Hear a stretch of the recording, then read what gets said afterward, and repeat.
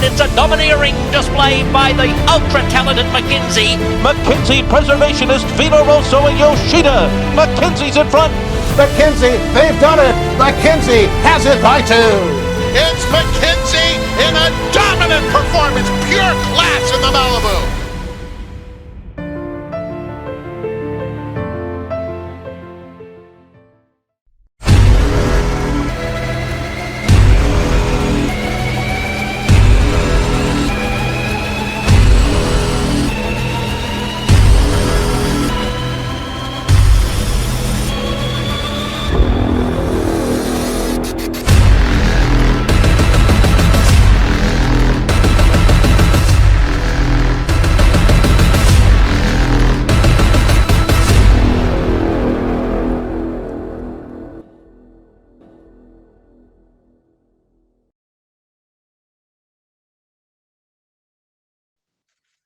I'm Gary Falter. I'd like to welcome everybody to today's panel. And today is the 10th and final panel in our series of 2021 online Zoom panels.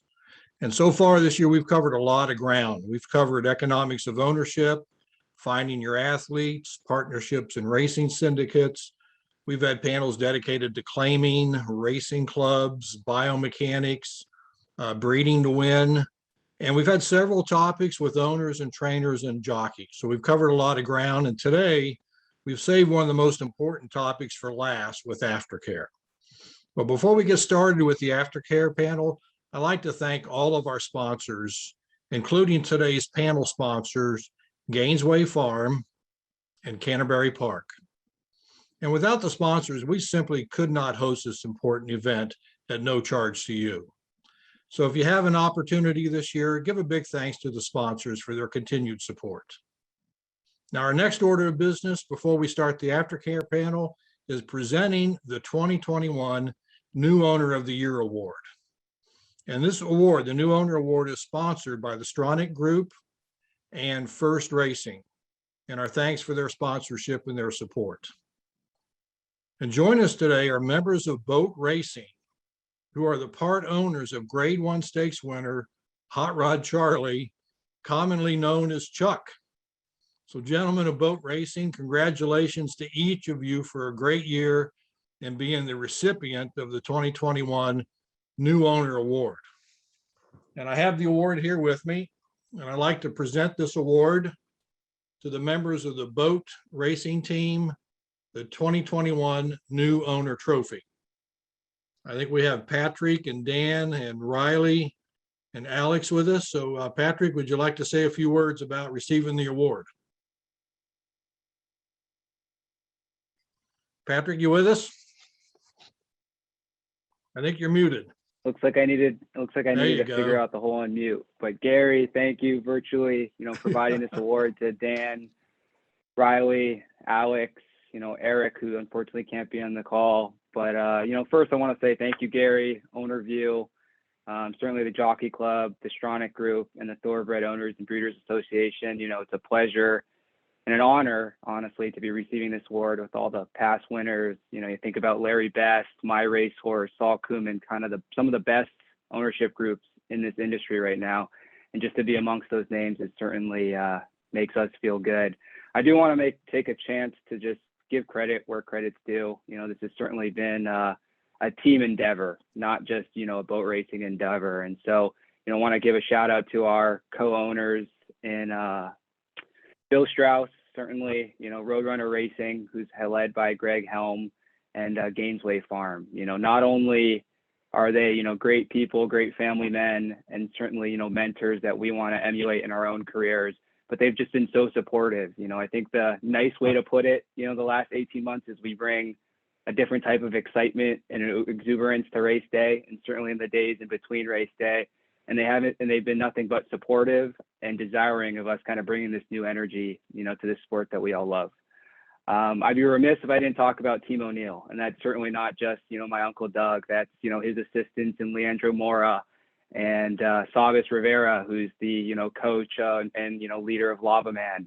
You think about Johnny Garcia, our exercise rider, Tyler Sarin, who helps us on the, the health and keeping Chuck, healthy, Flavian Pratt, Joel Rosario, the actual jockeys that rode Chuck throughout this entire 12 months. And then, Eddie Barone, who is by Chuck's side day in and day out as his groom. And so, we, Dan, Riley, Alex, and Eric, and myself have been fortunate to be on many of teams over our years. And, we've seen good teams, we've seen bad teams, and certainly, this is what we feel like is one of the best teams, in the industry. Another shout out that we certainly want to thank is, Dennis O'Neill. Just like in any sport, I'll keep going down my sport metaphors. You're only as good as, your athlete. And Dennis has been able to find amazing athletes year in and year out. And certainly this culminated with, our friend Chuck, the last 18 months. So thank you, Dennis. Certainly think that, your role within boat racing as our bloodstock agent, and certainly as a mentor and an uncle to myself, we're very, very appreciative of you.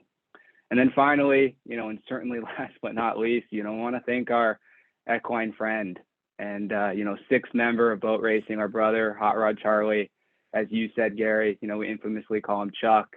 He's given us memories and experiences, that we'll never forget, 94-1 in the Breeders' Cup Juvenile, the Kentucky Derby, going to the pinnacle of the sport at, Churchill Downs, which is obviously an amazing place, the culmination of all of horse racing. You think about the Haskell and the drama around that, the Breeders' Cup this year where he ran his guts out.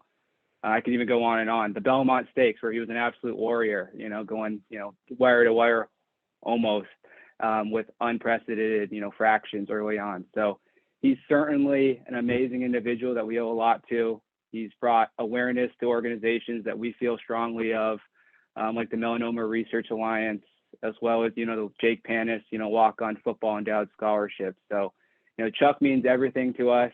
And it's crazy how, we always like to say this as a group, it's crazy how one horse has brought so many people together, just like this panel here today. And so we owe a lot to our good pal Charlie. To conclude, Gary and the rest of the panel, I think you can hear from my voice, and certainly you'd hear it if you talk to Dan, Riley, Alex, and Eric, that, we absolutely have fallen in love with this sport. We've fallen in love with these majestic animals. And, fortunately, you guys will see us in the next, hopefully, couple years with, Hot Rod Charlie running. But, I think for us, we're hopeful that we'll be a part of this industry for many, many years to come. So, again, thank you for the honor. And I appreciate, the time this morning, afternoon, evening, wherever you may be in the world. Well, you're very welcome, and huge congratulations to you and your team and your wonderful horse. And we'll get this trophy mailed out to you, and you guys can enjoy it and share it with one another. So appreciate it, boat racing team, and good luck in 2022. Okay, so now we're going to, okay, thank you guys. Now we're going to turn our attention to the aftercare panel. And our moderator today is Kristin Werner. And Kristin is the legal counsel with the Jockey Club and the founder of TIP, which is the Thoroughbred Incentive Program. And Kristin will explain more about TIP, and she'll introduce our panelists. So thank you, Kristin, for being with us. And please take it from here. Great. Thank you for the intro, Gary. It's a real pleasure to be here to talk about aftercare on this great webinar series. A great way to end it, I think, as it sort of ties into all of the other webinars topics that you've had. So we'll kind of kick it off. What we're here to discuss is more than just an idea. It's more than a headline that you might see in a magazine. It's a reality that all owners need to take into account when you are getting into the sport of horse racing. The equine athletes work really hard and bring us so much excitement and joy to their owners, their trainers, the racing fans, everyone involved with the horses on a daily basis, or even just those that watch them from far on TV. How we care for those horses when they're done racing is a critical part of our sport. So we're really lucky today to have 3 experts in the field of aftercare. I'll do a quick intro for them each, and then we'll get into some specifics about their organization once we start with the panel part. So our first panelist is Erin Crady. She entered the thoroughbred industry in 2006 as the Director of Marketing and Communications for the Thoroughbred Owners and Breeders Association. And when Thoroughbred Charities of America became the charitable arm of TOBA, she essentially ran its operational aspects from fundraising to facilitation of grant-making activities. She's now the executive director of the TCA, which is a not-for-profit organization that works to provide a better life for thoroughbreds and the people who work with them.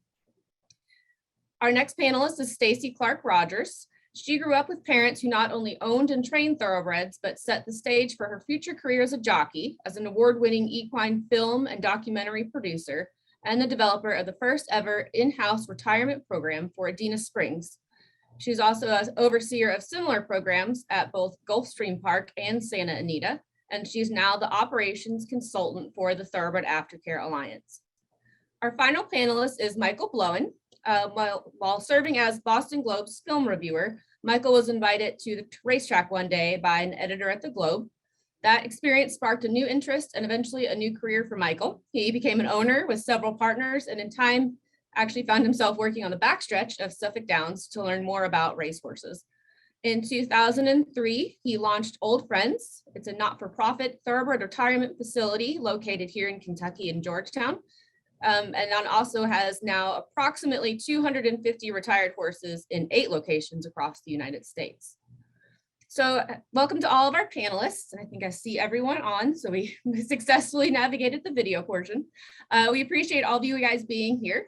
I'm going to kick off our discussion today with a little bit about the program that Gary mentioned, the Jockey Club Thoroughbred Incentive Program. This is one of the Jockey Club's aftercare initiatives that's focused on thoroughbreds as sport horses. We fondly call it TIP, and the program was created to encourage retraining of thoroughbreds once they finish their racing or breeding career, and to also showcase the thoroughbreds' many talents at all levels of competition. So Thoroughbred Incentive Program offers awards for thoroughbreds at horse shows, as well as some non-competition award programs, we call them. We have a year-end performance awards program, a recreational riding program, a youth ambassador program, a Thoroughbred of the Year award, and a Young Rider of the Year award. In 2021, we also crowned thoroughbred champions at the TIP Championships in Aiken, South Carolina, the TIP Barrel Racing Championships in Lexington, Kentucky, the American Eventing Championships, and the USDF Dressage Finals. Since the program's inception in 2012, we've had more than 65,000 thoroughbred entries competing for TIP awards at more than 7,900 horse shows and events. We've had shows in 43 states and 6 Canadian provinces, and we are on track to have about the same amount of shows next year, probably around 1,400 shows that will be offering awards. The rapid growth of this program and the number of participants and disciplines demonstrates the great popularity of thoroughbreds as not only a sport horse, but also just a companion horse or a trail riding horse, or the versatility is really on display with the variety of awards and programs that are offered. So I'm going to jump on over now to Stacie. Can you give us the highlights of the TAA and share your thoughts about why aftercare is important to the sport of thoroughbred racing? Stacie, I think you're muted. Not very often I let myself be muted. Yeah, thanks, Kristin. I think just like the TIP program, the Thoroughbred Aftercare Alliance is great that it is, encompassing across North America, and that it entails a lot of groups and a lot of different jobs that horses can do after racing. So the accreditation was sort of started in 2012 in a meeting. Erin was there. A lot of people from the industry were there at Belmont, where we kind of decided that there's really got to be some responsibility into what happens to horses after they're racing. And so the Thoroughbred Aftercare Alliance was sort of born there and came about finally giving away its first grant in 2012 at the end of the year. And next year will be our 10th anniversary. So that's a big thing. We've been around for 10 years. We've given over $24.5 million in grants to 82 accredited organizations across the country. So it's just been a really good industry initiative. I like to, say that I think that the thoroughbred industry is probably the most responsible equine sport, and that we look after our horses and try and find them a good soft landing after their careers in racing are done. And in some cases after their careers in breeding are done, like in Michael's case, where he has a sanctuary for a lot of the retired stallions. So it really is an all-encompassing effort on behalf of the whole industry to create a dynamic and yet independent organization that can service a lot of the states and a lot of the racing jurisdictions. Perfect. So Michael, we're actually going to play a quick promo video about Old Friends, and then I'll come back to you with a question and some more information about the organization.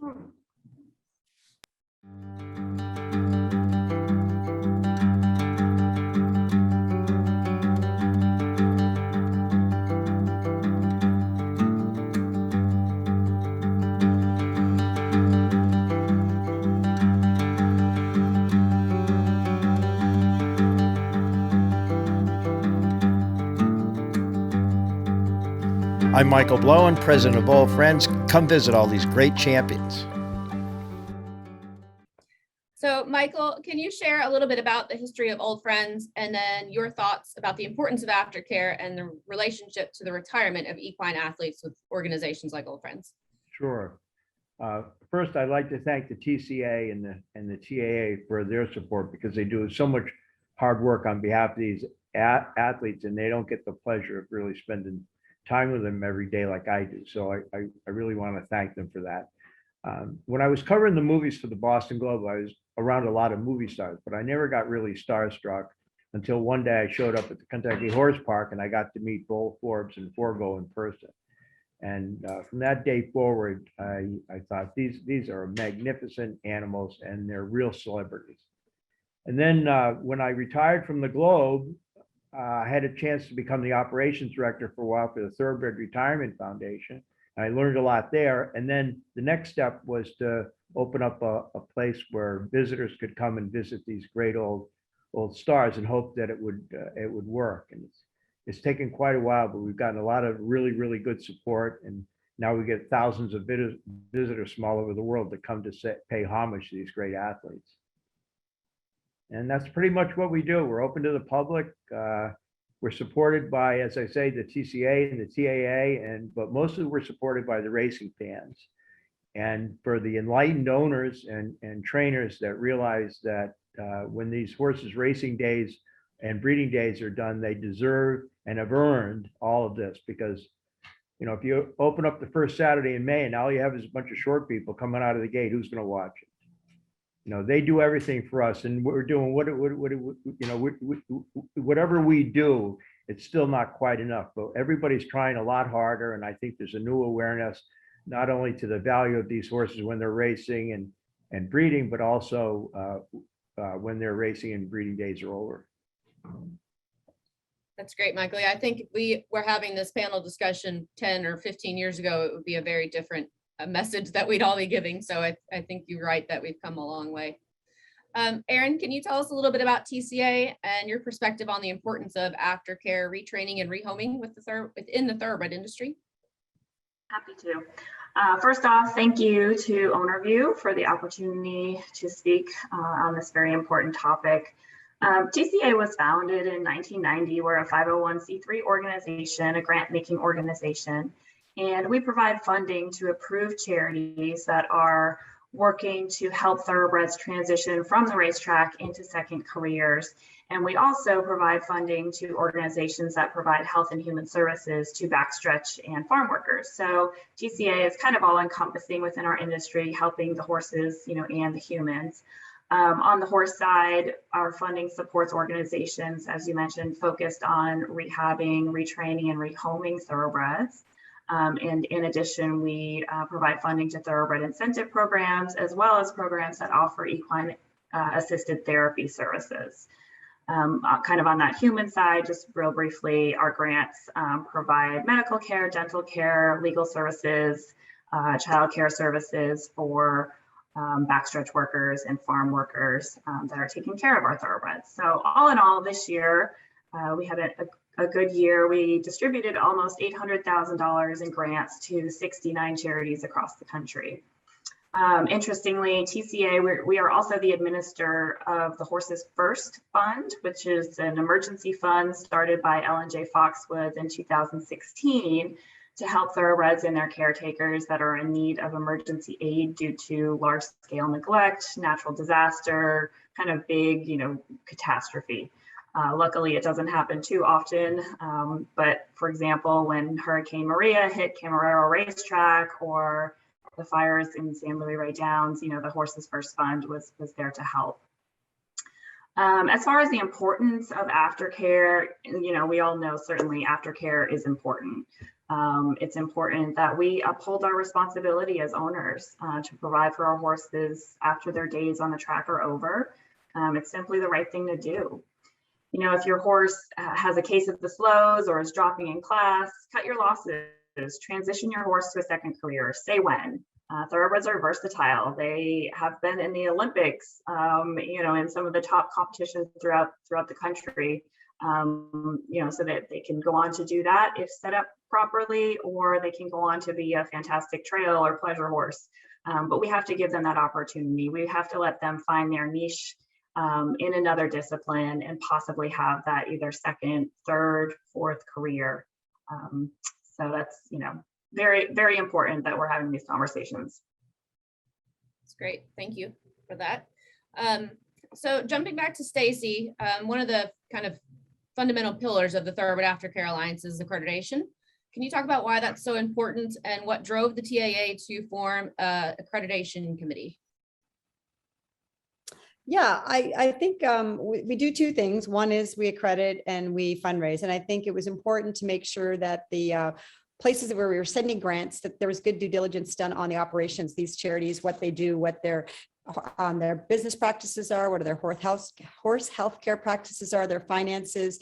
Are they capable of running a good business and a good charity that will uphold the best interests of the horse and the industry? The money for Thoroughbred Aftercare Alliance comes mainly from the thoroughbred industry at large. And all of those investors in aftercare want to know that their money is being invested well. So we accredit organizations that apply for accreditation. And the committee is a very dedicated committee in which Kristin and Erin are both on. And in fact, Kristin chairs it for the TAA. And that committee really looks at every application, every inventory of the horses, their finances, all the different aspects of running a charity and running a business, and what's happening with the horses. Are they in an adoption policy when they're adopted out? Are the horses, does the adoption contract go with them so that they can have a safe landing, that their best interests are looked out for? And also, what are they doing to grow? We've seen some of our charities start out with maybe 20 adoptions a year, and now they have over 100 adoption. In fact, we have a couple of them that have really developed their procedures and best practices and really have grown their own entities, had more facilities, branched out into doing equine assisted therapy, as well as doing retraining and adoption. So the accreditation was sort of like helping the investor know what they were doing with them funding for Thoroughbred Aftercare Alliance charities, as well as help the organizations become better businesses and be better operators so that they could efficiently place horses in new homes and make sure that we're doing right by the horse. Perfect. Thank you for that. Yeah, Erin and I do spend some of our spring and summer reviewing accreditation applications. A lot of it. It's definitely a thorough process, and we're glad to be a part of it. Erin, can you talk about how TCA helps owners determine what options they might have for aftercare and what resources are available when they've determined that it is time to retire their horse from racing? Sure, happy to. Yeah, both TCA and TAA, we're here to help. We are definitely a resource for owners. We can both provide suggestions or guidance to owners that may have questions that aren't really sure where to start. And luckily, the great thing is today there's probably more options than ever before, really. So the first thing I recommend to owners is that when you're getting into this business, when you're developing your business plan for your racing stable, include a section on Thoroughbred Aftercare. Start thinking about your exit strategy before you even have your horse. I like to say that, aftercare should really not be an afterthought. It should be top of mind before you really even start kind of immersing yourself in the business. It's just simply that important. And then the next thing I'm about to say is probably one of the most important pieces of take-home information for owners, new and existing owners. The best thing that I believe an owner can do to set up their horse for success in a second career is make every effort to retire them sound, because a sound thoroughbred, as we've mentioned, is so incredibly versatile. They can go on to a variety of different careers. So I would say, let's not push for that one last race, cut your losses, make every effort to retire that horse while they are sound and can go on to that second career. Because on average, a horse will retire about age 5 or so. And considering they can live to be 30 years old, they certainly have a lot of life after the racetrack. So again, that best thing you can do is really set your horse up for future success and give them that opportunity to have that second career. But as far as some options for aftercare, certainly the TAA organizations, TCA organizations, or the retraining and rehoming groups, those are always an option for, rehoming your horse. These are organizations like New Vocations and Canter and Rerun, Second Stride, etc. You can reach out to one of those organizations in your area to inquire if they have space available for your horse. Just kind of caution, many do have waiting lists and different criteria for accepting a horse into their programs. And soundness, of course, is also one important criteria. And I think it's also important for new owners to keep in mind that on average, it'll take an organization about $3,000 to retrain and rehome your horse. So a cash donation is certainly, something that you should be considering when you are, donating your horse to a rehoming organization. These groups, these aftercare organizations adopt horses out with a contract. So their contract is going to state, the rehoming contract will say that the horse cannot be sold to slaughter or at public auction. The horse can't be raced again. It just really offers some protections for the horse. And another thing owners might want to consider is so many racetracks. It's such a great thing. Many tracks have on-track placement programs now. NYRA has Take the Lead, Del Mar and Santa Anita have the Karma placement program, Training for Home at Park, Second Call at Monmouth, Beyond the Wire, Charlestown Aftercare. There's so many on-track options for owners now. And these are essentially conduit organizations that assist owners in placing horses at various aftercare facilities. So as I said, I think there's more options than there ever have been before. And we can, TCA, TAA, we can certainly help owners navigate any of these options. Thanks for that, Erin. And I think I second the most important thing that we can maybe take from this panel is retire your horse to sound.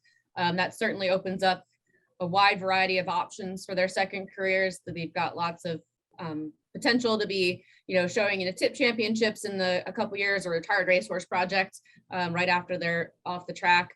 But Michael, your organization ultimately has to deal with some of the horses that aren't retiring sound. Can you talk a little bit about sanctuary and retirement organizations like Old Friends and the challenges that you all face when the horses are coming to your organization? Sure. Stacie and Erin and other people that do the retraining, they have very, very difficult but a very rewarding job. When they get through with their second careers, we're kind of like their third career. And I think of it as an additional career too, because when the people come to our farm to visit these great old champions, some are champions and some are not, and I'll get to that. But when they come to visit these horses, the horses are performed for them, and this is their third career, and they're generating income, because without them and without their star qualities, people wouldn't be coming to visit this farm. And so we're very, very lucky to get the quality of the horses that we have. And for every silver charm and every touch gold and every alphabet soup that we get, we also try and get some horses in a bad situation that can't be retrained because people did wait too long and they didn't retire them sound. And so they just get to live out their lives eating grass and hanging out. One of the, used to really irritate me, it doesn't too much anymore because I'm too old to get irritated by little things. But when they used to call them pasture pets, and it used to bother me because it was like they were useless. They just stood out in the pasture and really did nothing. But when you think about it, they're getting to be out in the pasture like a regular horse, and they're getting to be the kind of horse that they were when they were babies. A lot of them haven't seen time to themselves for years and years and years. And so I think that's a real service we provide to their animals, and it's one way of paying them back for all they've done for us. And I think, Michael, if I'm just going to jump in because something you said there sparked a little bit to me, the pasture pets. But can you talk just briefly about the retirement home for people that you partnered with for the retired horses? Yeah. Well, there's a place in Georgetown, a really nice senior citizen living place called Ashton Grove. And they built this facility on land that was once owned by Hillendale and John Secura. And they had 42 acres that was available to them as green space. And there's a woman who lives over there who's a former horse breeder and a former horse owner, actually, named Bev Passarello. Her and her late husband, John, were breeders, and they spent a lot of time at Gainesway, and they bred a lot of their horses to the Gainesway stallions. And she came to me and she said, they have all this space. We should try this. We could have an old friends over here. And now we do. They interact with the residents. The residents seem to like it very much. I know the horses like it a lot. There's a lot of room. They've got that great grass that they can gnaw on all day long. Magic Wisner was a very famous horse that Richard Migliore rode to a second place finish in the Preakness, the year that War Emblem was going he had just won the Derby. He's over there with his girlfriend, Bose a 10, and they've been together they were together in Maryland together for like 16 years before they came to old friends. And the people relate to the horses and the horses relate to the people. And I think it does a great service for both species. I agree. It's a unique situation, but that'd be great if that could be emulated across the country and some other places, because it's nice to just go out and be able to pet a horse even, or look out the window and see them in the pasture. So that's great. And we like to show the residents their races so they know what they're looking at. And we're in February, we're starting these monthly seminars so people can learn more about the horses that are residents there, and they'll all be held inside the residence, and we'll show them some of the races, and they can see for themselves what great athletes they were and great performers. That's great. And that means more advocates for aftercare that you're creating there as well. So just kind of throwing this question out for discussion amongst everyone. What have your respective organizations learned about owners' willingness to participate in aftercare? What's been successful, and where is there still work that needs to be done?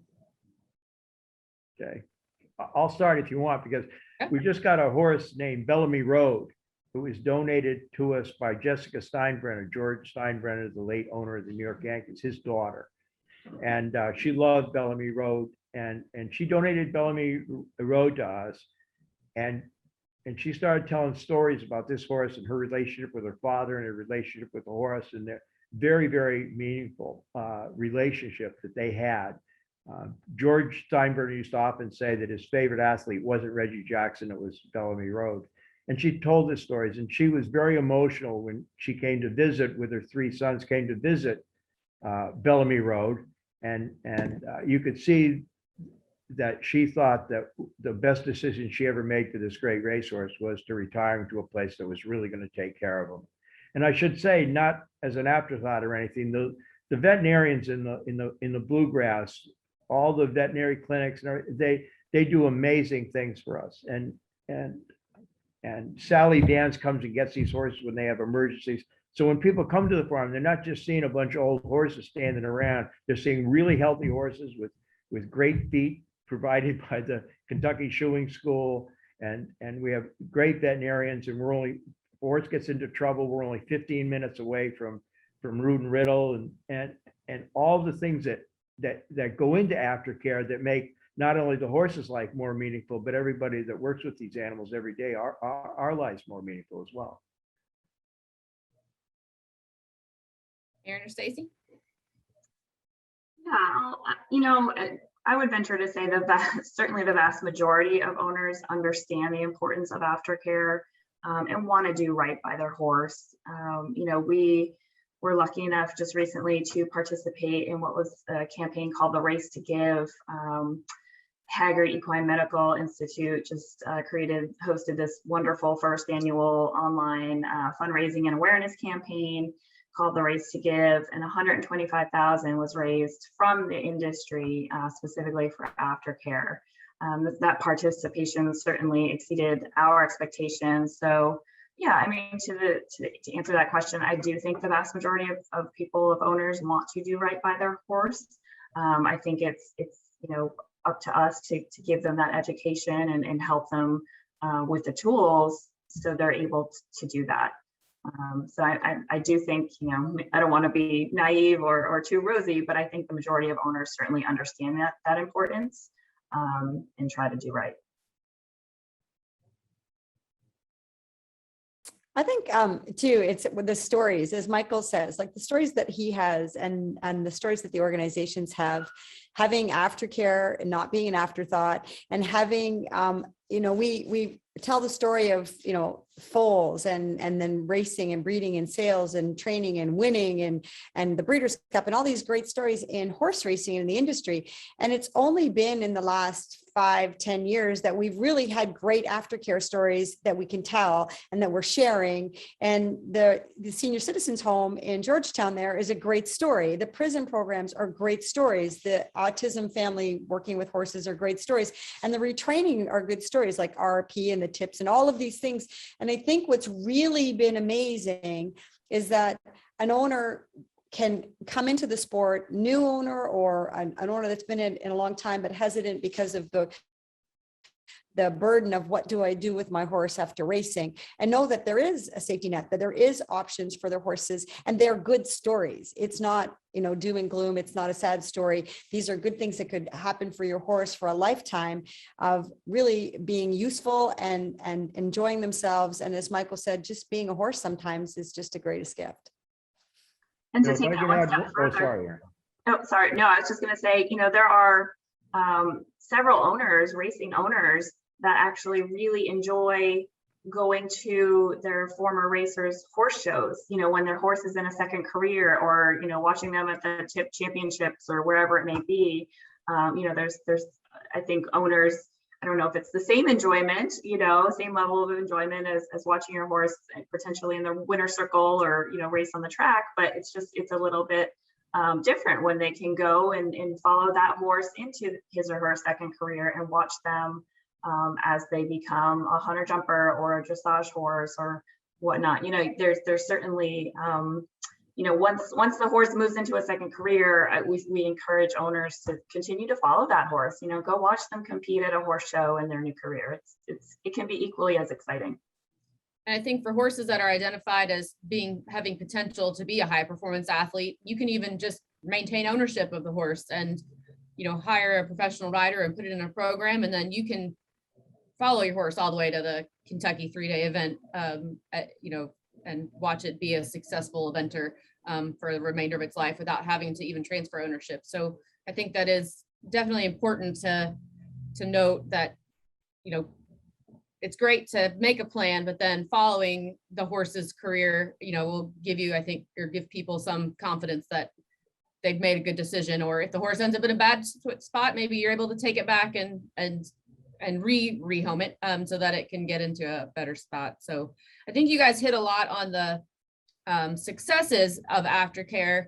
I do want to touch just a little bit on maybe the challenges or where there's work to be done. And one of them, I think, is that we do still continue to see in some cases thoroughbreds either coming out of breeding farms or right off the racetrack ending up in what we would consider a not great situation. So they're either at a very low end auction or they are in a kill buyer's lot where they're being bailed out for money before that they're sent on to the next stop in the chain of horse slaughter, which is Mexico or Canada.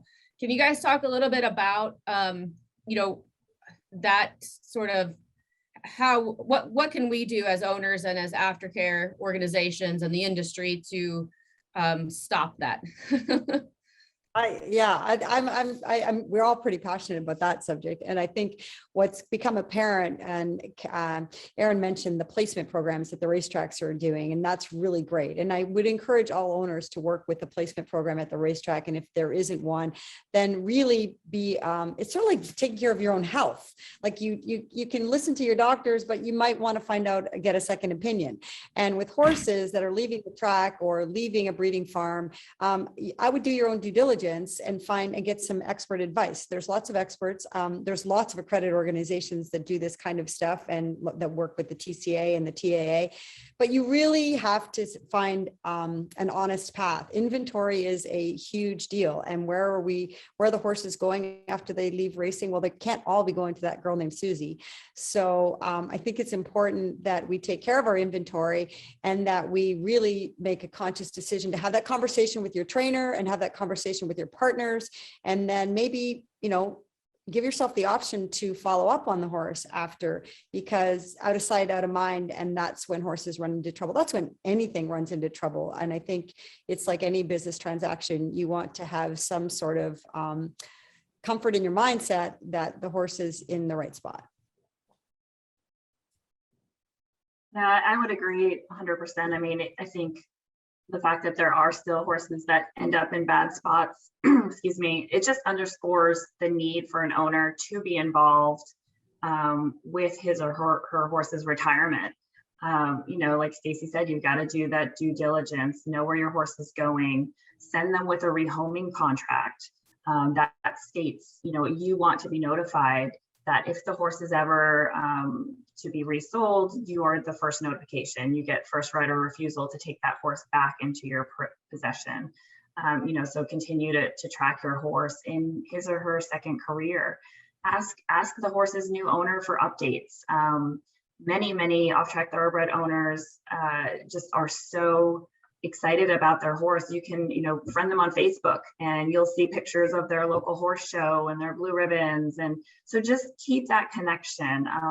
You know, like Stacie said, out of sight, out of mind. You know, you want to keep maintaining that connection even when that horse is, you know, into that successful second career, because you never know if, you know, the girl's going off to college or, you know, where the horse might end up. But if you can continue to maintain that contact, I think that's that can certainly be helpful.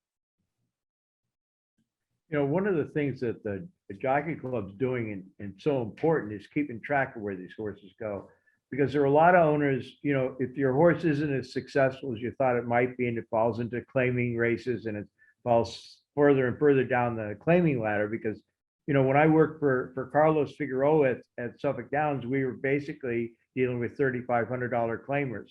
And after they started losing races at that level, there were no alternatives then. And they used to always tell me they were going to riding academies in Maine, and it didn't take too long to figure out that I've been to Maine a bunch of times. There must be 10,000 riding academies, and I've never seen one of them.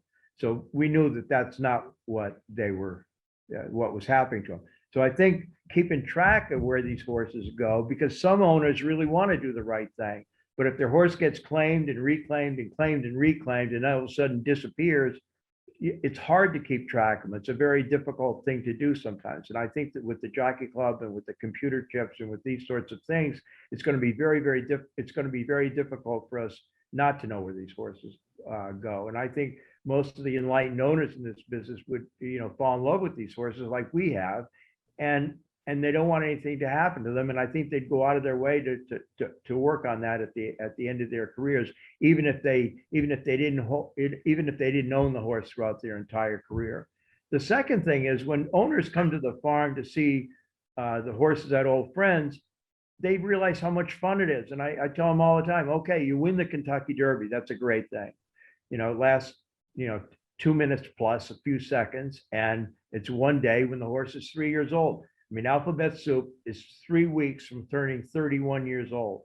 You know, he won the Breeders' Cup Classic in 1996. Now he's got a friend who's a donkey, and he's a great tourist attraction. People adore him, and he adores the people. And so when people come to the farm, each visitor is like an owner for a day, that they feel like they can develop this relationship with this animal. And most of the horses we have at the farm are very, very cooperative in that way. And I think the more bonds you build, whether it's with a fan who's just a $2 bettor, or whether it's a millionaire owner, the more bonds you can create between the athlete and the human, the better off we're going to be. And whether it's retraining and rehoming, or whether it's just retiring, the bonds are. And the other thing I want to mention before we stop is that I think we're just scratching the surface here on what these horses can do.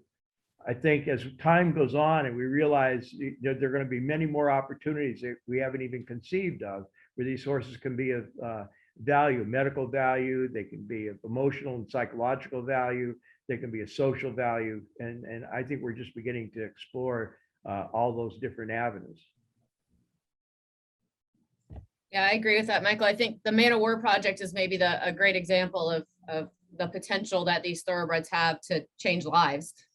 Not only the therapeutic riding that TCA funds and some of the TA organizations have, but, you know, this is not even riding. It's just horse therapy and using the horses as a tool in helping people to heal.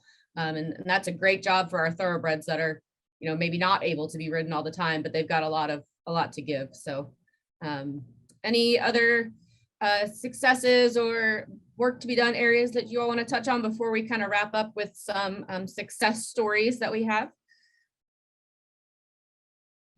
All right, Stacie, I'm going to turn it over to you. We're going to wrap up the panel today before we get to the Q&A and ask each of our panelists to give a real life example of a success story from their organization or that their organization played a part in.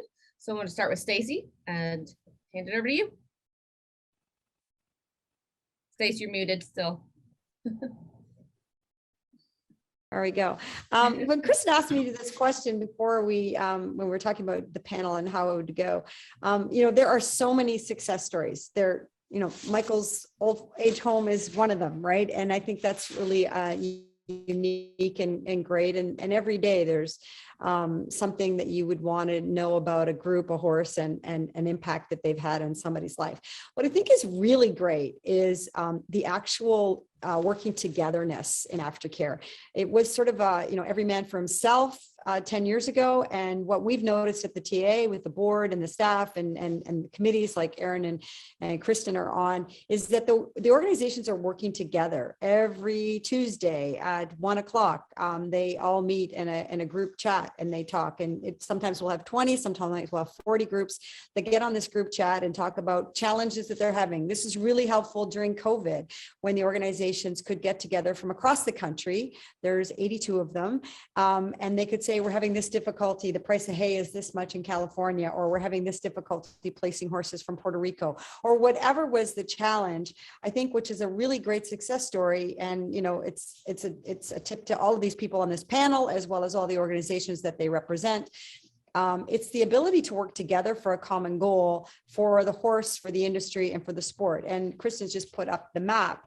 This is a map of the current accredited organizations in 2021. We actually have one more going on the map for January, so we'll have 82, and we'll have 180 facilities in total across North America. We do have 2 in Canada, 1 in Puerto Rico, and then the rest are all in the main part of the North American states, United States. And I think and the number is actually bigger too at this point.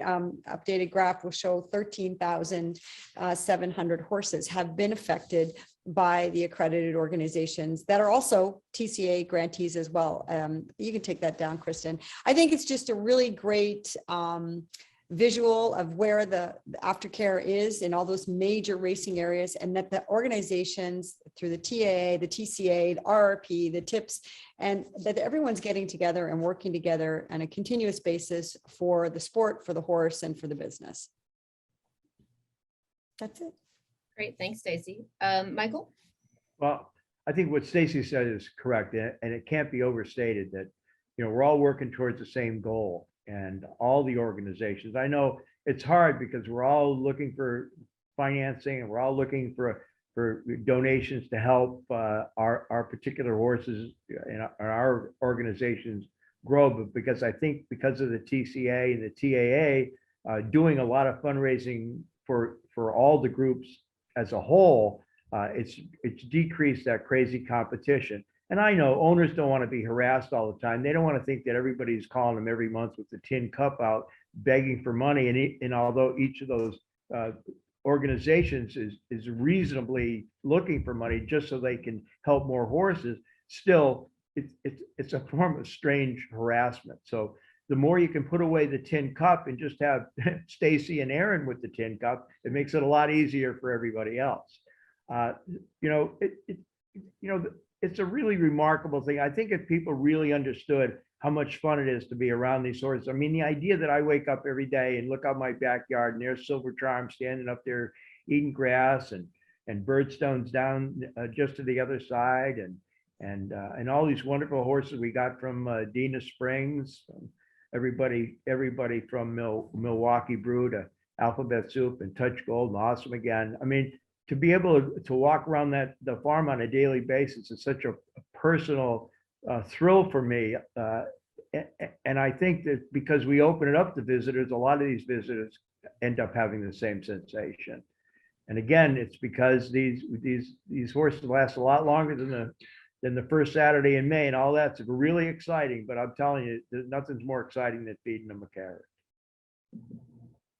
And Michael, you've hit on a few of we've heard some names I think we all recognize, but do you have any sort of underdogs that maybe are special, hold a special place in the Old Friends farm over there that maybe no one has heard? Yeah, we have a lot of them. They got a spot.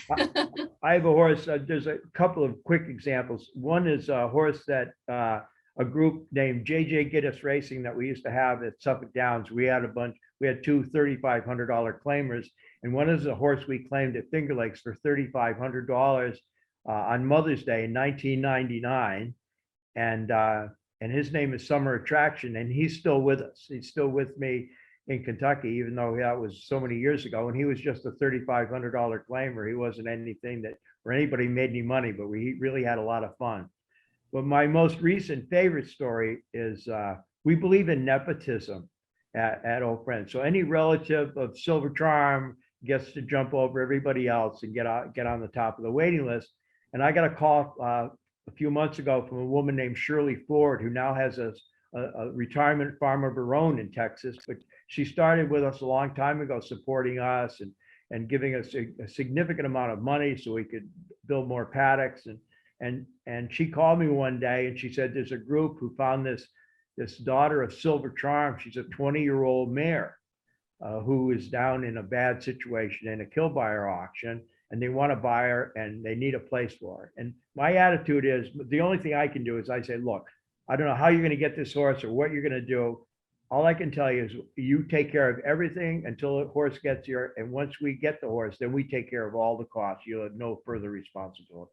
So it gets me, I don't have to go to the swamp and I don't have to deal with the hard part of the job, which we go into those auctions. So they have this, there was this marvelous horse. Her name is Private Charm. She's 20 years old. She's a daughter of Silver Charm. She never did much. She broke her maiden at the bottom at Evangeline Downs. She won another race at Evangeline Downs and then disappeared for a long time. Had 3 or 4 babies that didn't do anything on the racetrack. And I told Shirley we'd take her. And she's beautiful. She's absolutely gorgeous. She looks just like her father, and she's just as nice as him. She inherited everything but his racing talent. But anyway, I'm totally in love with her. And when she got here, she was a mess. And this is so cool. This is my favorite part. So we sent her to Rood and Riddle, and they kind of led us to believe, this horse is in terrible shape, and the understated fact was that, if we euthanized her, we'd be probably doing her a favor. But I said, well, let's try it. Let's give her a shot. And their surgeons over there did a sinus operation on her. They opened up her head. They took out all the stuff that needed to be taken out. She got 18 staples down her front. And let's put it this way, the bill was significant. So when the whole thing was over, I went back to Rood and Riddle and I said to Dr. Woody, who did all the surgery on her, I said, when's the last time you had a $3,500 claimer who only won 2 lifetime races? It's a 20-year-old barren mare that you ever performed sinus surgery on at Rood and Riddle. And he kind of paused and he wanted to tell me the truth, which was it never happened before. But he was reluctant to do that. And I said, well, you got that wall of fame in there with Rags to Riches and Winning Colors and all these great horses you operated on. So I said, I'm going to get you an 8x10 picture. And Private Charm deserves to have her picture because she's the first in the history of Rood and Riddle to have this operation. So we're going to get her over on the wall of fame over there. So that's my latest. I love her and I adore her. She's fabulous. That's great. Thank you, Michael, for sharing that. I think it's lovely to hear about all the famous horses, but I think the ones that maybe we haven't heard of or have a connection are really fun as well. So I think a lot of people will probably remember her name now. So Good. She's famous. Right here. Erin, how about you?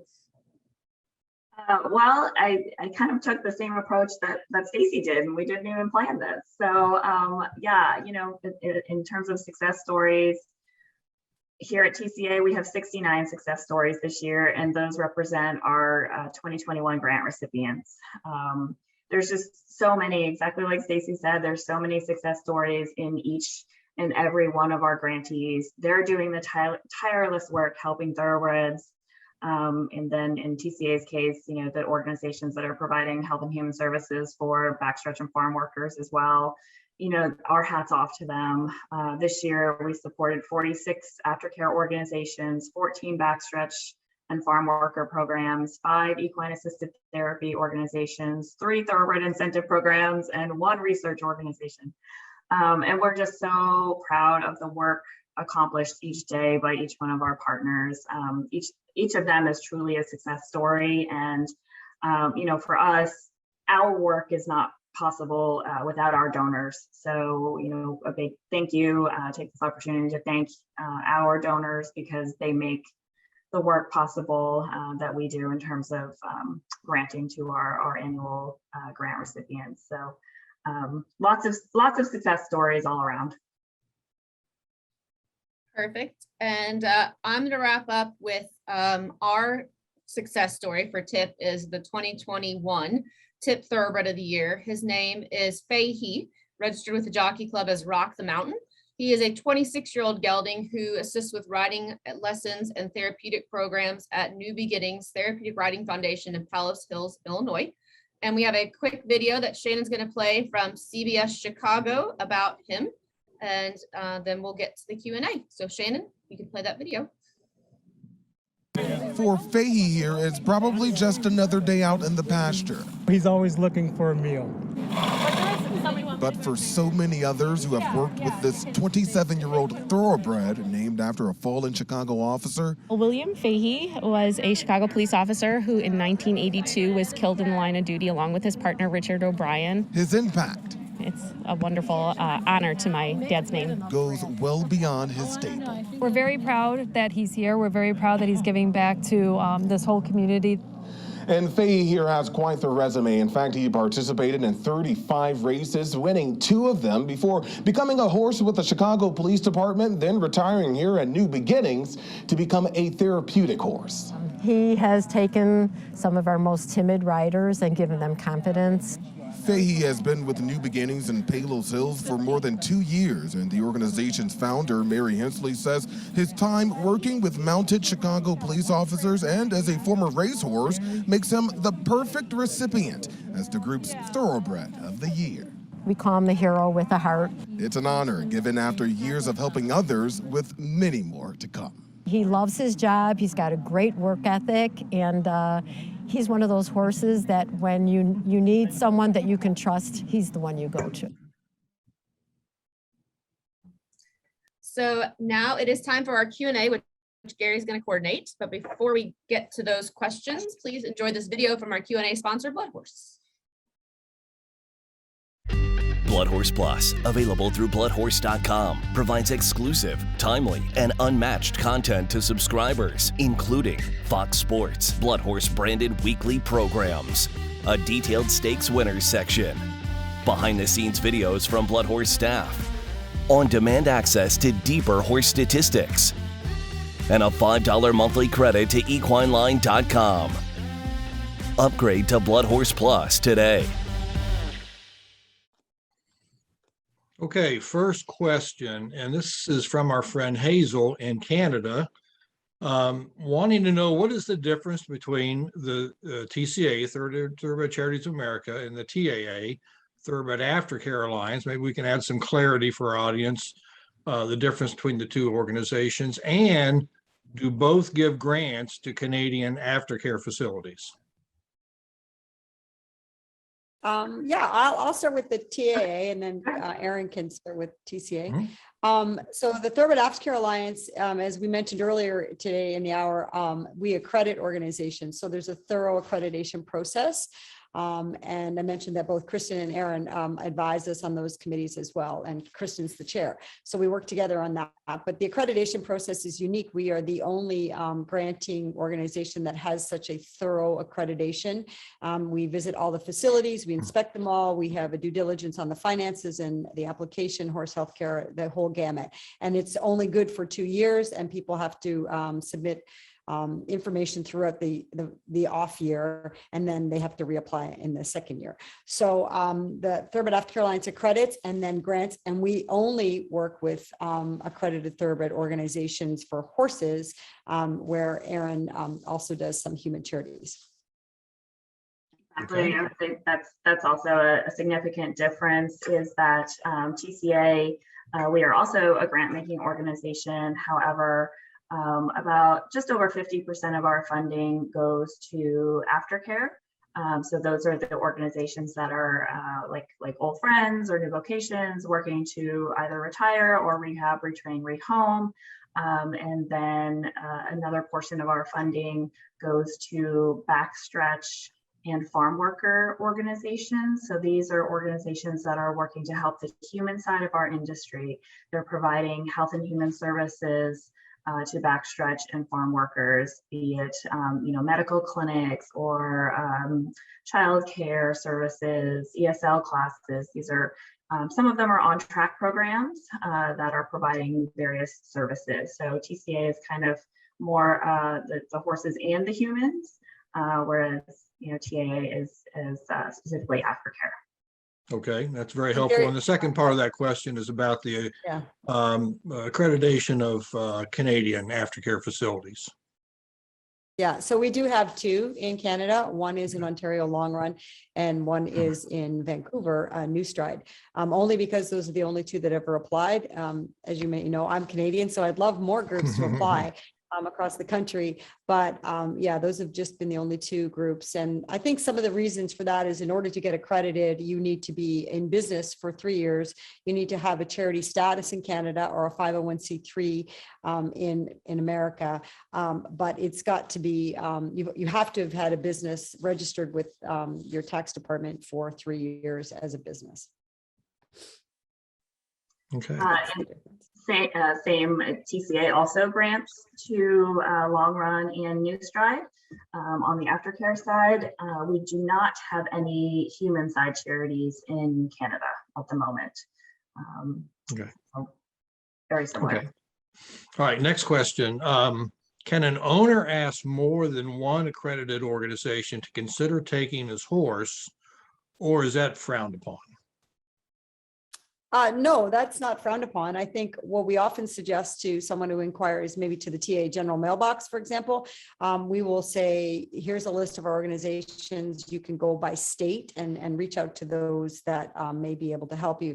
And as Erin mentioned much earlier, a lot of our groups have waiting lists, so it might take some time to get a horse into the right program. They might need a little bit of stall rest. Maybe that can be done closer to the trainers or the owners surrounding, and then the horse can go to another place. That sort of putting horse right out of training, as Erin mentioned, is costly if the horse has an injury and they need rehab time.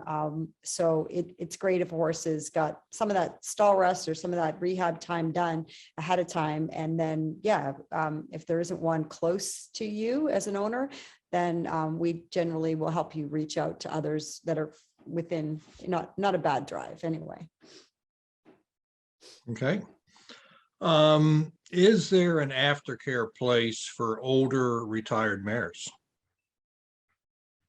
Yeah, we have a lot of retired mares, Gary.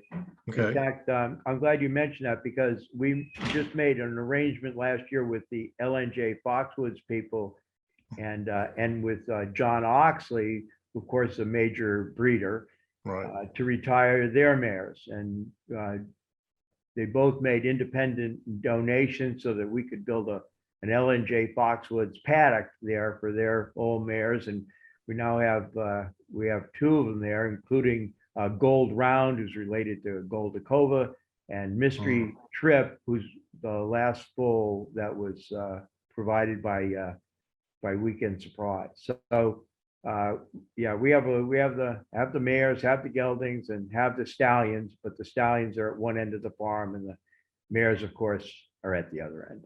It's probably a good idea. Yeah.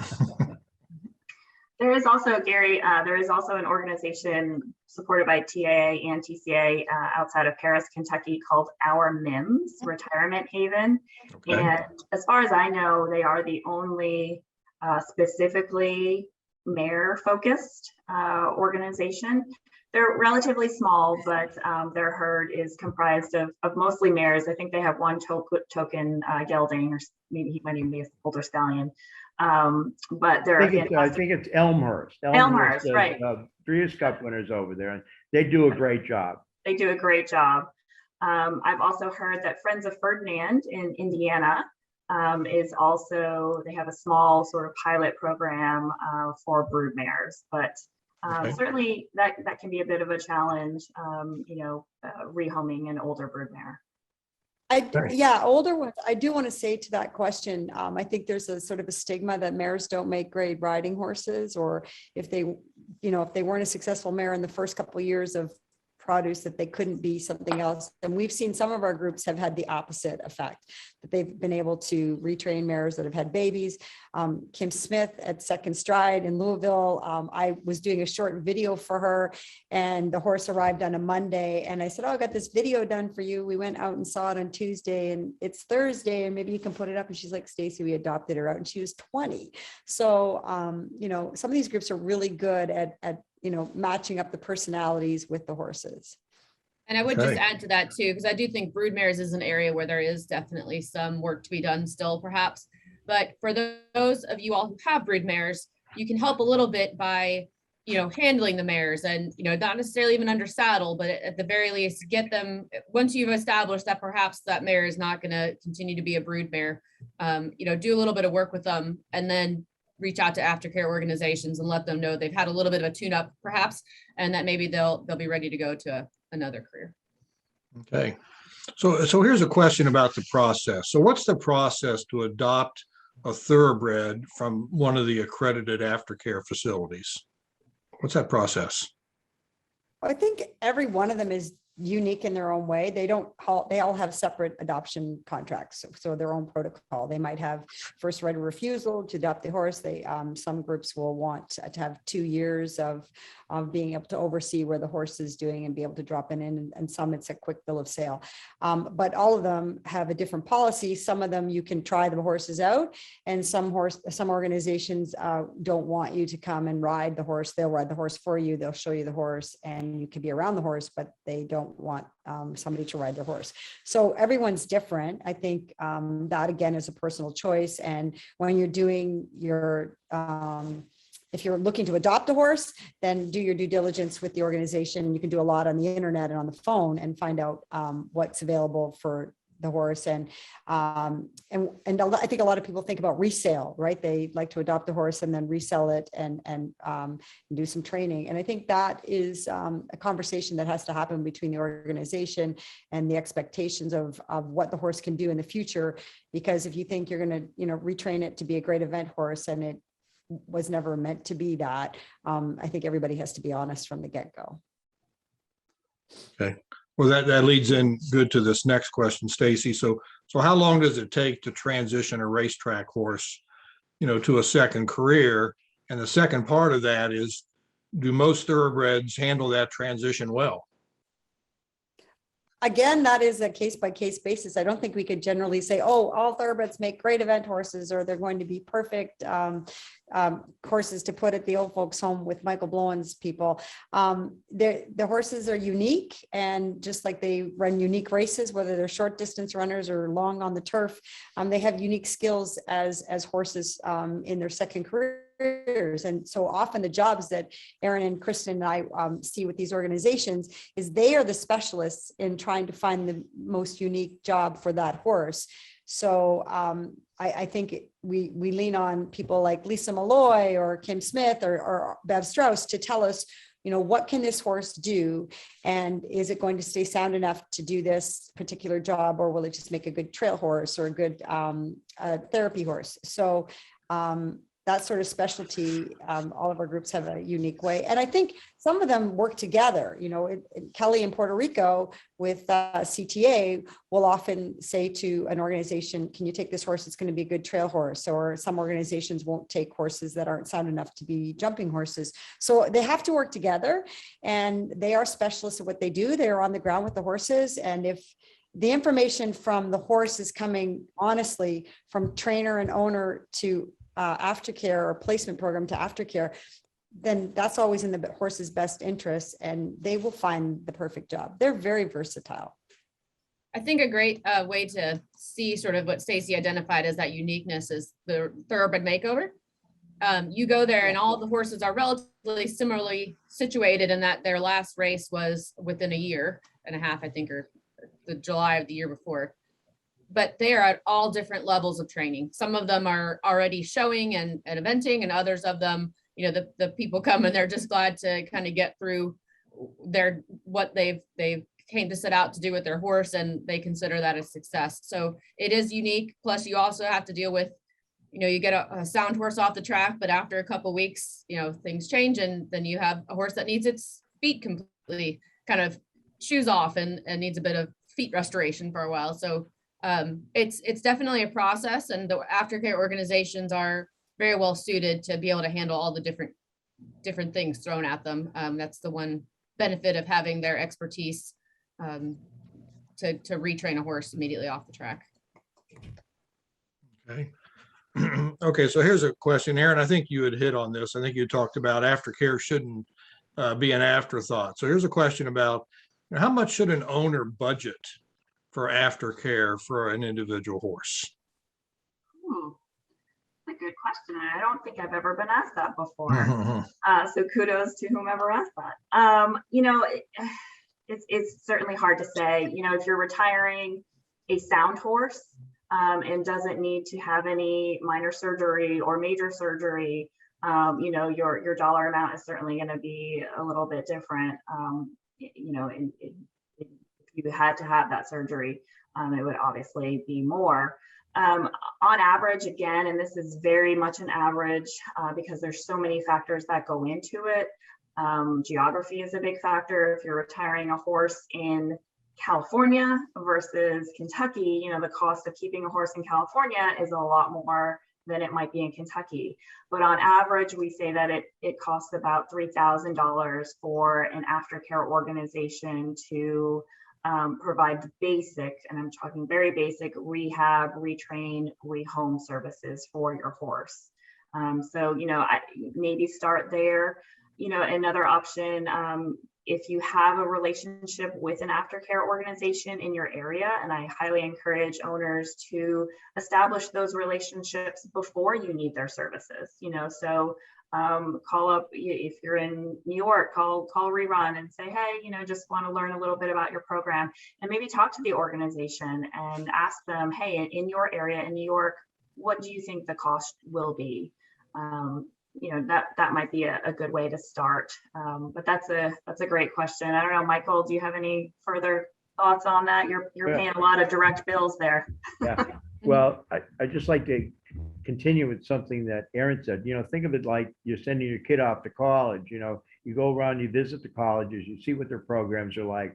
You don't just, and so I think all the organizations are open to visitors and would welcome any owners that would like to come and see what they do, and they can see it in person, and the owners can see what the kind of fit would be. And I think $3,000 is probably a good figure, because again, we're so honored to be to get huge discounts from the surgeons, from the vet clinics, from the farriers, from Sally Horse Vans. I mean, you go down the list, everybody tries to help, donated hay. So we're able to take care of these horses in a first-class way, a lot less expensively than if they were paying board on a horse at a boarding facility. And we're able to treat them the way these retired horses should be treated. So I think that if they explore their options while this horse is still competing, it's still earning money, and put it away just there, well, like they do it for themselves. They've got a Social Security coming up. You got a 401k. Think of that for your horse. Just put a little bit away, and when the time comes, then you're in the driver's seat to where the horse can go, and you'll be able to support them.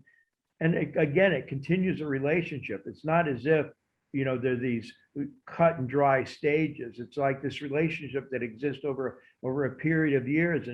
And even people that own horses that aren't victorious, that don't win the big races, they're amazing stories about how they're still in love with these animals, and the fact that whether they won or lost at some point makes no difference. Okay. A couple more questions. So where can an owner find a listing of aftercare facilities? On our website. The first place to look in, the Racing Forum puts out a magazine for us called Old Friends, and they put out a really important magazine for the Thoroughbred Aftercare Alliance that lists, that does a page on every single charity. So if they call the TAA up and request a magazine, you can see a page on every single horse charity that's accredited by the TAA, and there's a lot of really important information there with phone numbers and contact information and a general idea about what each of these groups does. So I would recommend that they call Stacie and not bother anybody else. And no, that's just a joke. She's just gonna, and she'll send you a magazine, and then people can go through and find out about all the different organizations. So. I think to Michael's point, there is a list on our website, and the magazine is on our website. So you can check out the accredited organizations, and the map that we showed earlier is on there, and you can click on the little dots and it'll take you to that place. So, but we like questions. So if anybody has questions, you can always email us at info@thoroughbredaftercare.org, and we will get back to you. Our grant recipients are also on our website, tca.org. You can click on the word on the primary navigation bar at the top. It says grant recipients, and you'll see a list there from the last 3 years broken out by state. And to add to that, you can find both the TAA and the TCA accredited facilities on ownerview.com. So here's a question that just came in. So let me go ahead and address this one. What percentage of thoroughbreds do you feel find second careers after their race career? Is there like a number that you've heard thrown about? 20%, 50%? Does anybody know? I don't think so. Yeah, I think, Gary, that goes back to my obsession with inventory.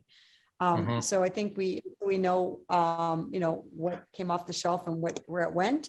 I would say that 100% of the horses that go into accredited aftercare have a soft landing, whether it, and it may not always be perfect. Horses, we try and get them sound. We try and they try and keep them healthy, and they're horses, and they have health issues just like any other animal. But, I think when you can get your horse into an aftercare organization that is accredited or that is approved by TCA, then you know that you've done all you can. And to Michael's point, if you help with it financially, then that's a high success rate. There are very, very, very few horses that fall through the cracks when they land in accredited organizations. And I think that's the goal, is to help them. Now, remember, a lot of horses are kept by their owners. I have two, Kristin has two, we have horses in our own lives that we keep. And so I think a lot of people do keep them. A lot of big farms have large retirement mare paddocks. So it's not always this or that. Accredited aftercare alleviates for the people that can't take their horses home. We have about 34,000 tip numbers in about 10 years. So that gives you an idea. There are a lot of them, but there are certainly still some that are not getting second careers. All right, last question. I think I know the answer to this. Do all your organizations take donations, and how do you go about doing so? Heck yeah. Yeah. Go to their website. It's Christmas. Visit the websites. Okay. Thoroughbredaftercare.org, TCA.org, and allfriends.org. I'm guessing. And all their friends. Yeah. And everybody on the page. Yeah. Well, great. That pretty much wraps it up today. Just want to thank everyone. Kristin for being the moderator for this panel. Erin, Stacie, great insight. Michael Blowen, wonderful stories. Just love hearing the stories. And just the passion for these animals is just off the charts, and really appreciate your participation. But most of all, really appreciate the audience for taking the time to sit in on this. And as everybody knows, we record these sessions. So if you know somebody that wanted to watch but couldn't, we'll send out the link in a couple of days for the recorded session. So thanks to Canterbury Park and Gainesway Farm for sponsoring this panel. And also congratulations to our friends with Boat Racing for New Owner of the Year. So this wraps up the 2021 series of online Zoom panels. We're going to resume this next year. You'll receive an email from me with an announcement on where we're going to start again. Have a great Christmas. Happy holidays to everyone, and be safe, and thanks. Happy holidays. Thanks, Gary. Thank you.